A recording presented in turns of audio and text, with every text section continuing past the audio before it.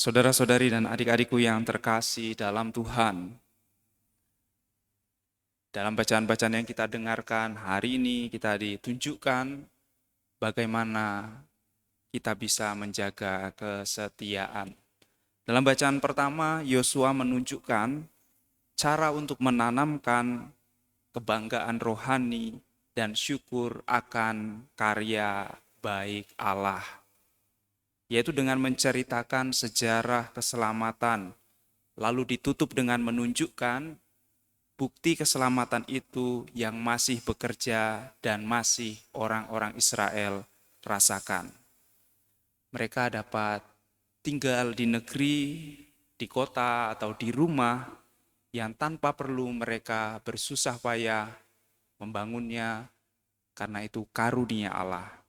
Lalu mereka juga menerima pohon anggur dan zaitun tanpa perlu menanamnya, karena semua itu adalah gratia, gratis, dan itu adalah anugerah. Hanya dengan menyadari sejarah keselamatan kita dan juga menyadari belas kasih Allah yang kita terima sampai saat ini, hanya dengan demikianlah kita bisa hidup setia kepada Allah.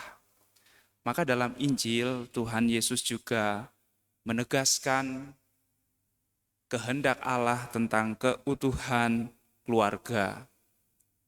Keluarga adalah cermin dan rupa miniatur dari bangsa yang berziarah, dari gereja yang berziarah, gereja domestik. Supaya bisa setia, maka di dalam keluarga haruslah senantiasa menceritakan kasih Allah yang sepanjang perjalanan hidup keluarga sudah dilalui. Kita hidup masa kini, kita hidup di masa ini, kita menyongsong masa depan, tetapi banyak hal dari kehidupan kita itu ditopang oleh masa lalu. Maka kalau kita melupakan sejarah mengapa kita mengasihi, mengapa kita memilih pasangan kita, kita akan kehilangan alasan untuk tetap mencintai dan untuk tetap setia.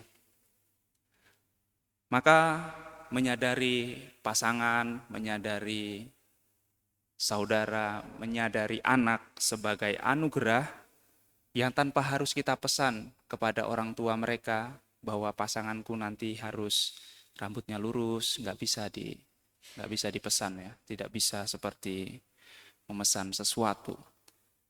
Tidak juga kita rakit, kakinya harus jenjang, tetapi itu semua adalah anugerah dari Allah. Dan juga anak-anak kita tidak bisa kita pesan harus seperti ini, tetapi itu semua anugerah dari Tuhan. Maka dengan menyadari ini kita bisa belajar untuk setia. Maka cerita tentang kasih karunia Allah sepanjang perjalanan hidup keluarga itu harus selalu diceritakan. Diceritakan setiap saat. Tidak apa-apa dulu, seperti itu. Lalu mengapa orang bisa bercerai? Ya mungkin karena keegoisan untuk memaksa apa yang kita pikirkan, yang aku pikirkan kepada pasangan. Entah bercerai dengan pasangan ataupun dengan anak. Memaksakan apa yang kupikirkan kepada sesamaku. Mungkin bukan saya yang memaksakan, tetapi yang lain. Maka harus sama-sama punya kerendahan hati untuk menyadari pasangan sebagai anugerah yang kita terima begitu apa adanya. Maka para saudara dan adik-adik yang terkasih, mari kita membangun hati yang senantiasa ingat akan sejarah keselamatan kita dari lahir sampai hari ini. Dan semoga madah syukur yang kita alami dari lahir hingga sekarang senantiasa bergema dan diceritakan dalam keluarga kita. Semoga Tuhan memberkati kita.